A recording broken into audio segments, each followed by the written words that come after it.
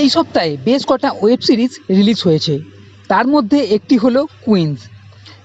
মিমি অভিনীত এই thriller web সিরিজটি হইচই অ্যাপে রিলিজ হয়েছে। এইবার দেখার বিষয় হলো মিমির আগের যে ওয়েব সিরিজটা ছিল ডাইনি, তার থেকে কতটা ভালো হলো। তবে শুরুতেই একটা কথা না বললেই নয়, সব সিনেমা আর্টিস্টরা ওয়েব সিরিজে ঢুকে পড়ছে।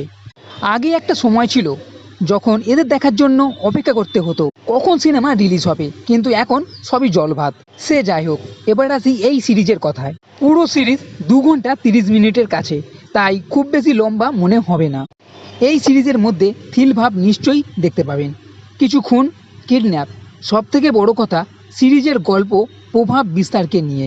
আর এর মধ্যে আছে নারী পাচার চক্র। প্রত্যেক কটা এপিসোডই ফাঁস রাখা হয়েছে যাতে আপনার বোর না হন। মিমি মানে মীরার যে পরিবারে বিয়ে হয়েছে, সেই পরিবারের সব পুরুষদের গুলি করে মেরে দেওয়া হয়। এটা বিরোধী পক্ষ যে আছে তারা করেছে, কারণ মীরার শ্বশুর নারী পাচার চক্র আটকায় ও অবৈধ কাজ করে না, আর এরা যখন হাত মেলাতে আসে তখন তাড়িয়ে দেয়। এইবার মীরার পরিবারের উপরও চাপ দেওয়া হয়। এইবার মীরা বদলা নিতে চায় আর তার পরিবারকেও বাঁচাতে চায়। তো মীরা কিভাবে এই সব পরিস্থিতি সামাল দিচ্ছে, এই হলো গল্প। যাতে বিরোধী পক্ষের উপরে অ্যাটাক, তার ছেলেকে কিডন্যাপ ও এই যে বললাম পাচার চক্র, সে সব জড়িত আছে। আর এই সিরিজ দেখে আমার সস্তা মার্কা সরকারের কথা মনে হলো, কারণ বাড়ির সব পুরুষেরা মারা গেছে, তো শেষ পর্যন্ত মীরা সব কিছুর কন্ট্রোল নেবে।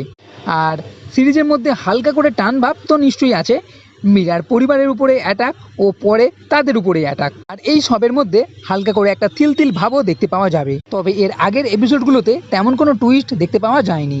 অন্য সিরিজে প্রত্যেক এপিসোডে কিছু না কিছু টুইস্ট দেখতে পাওয়া যায়, এখানে তেমন নেই।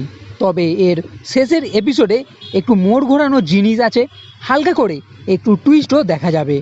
না হলে এই সিরিজটাও অন্য থ্রিলার সিরিজের মতনই লাগলো, বদলা নেবার একটা গল্প।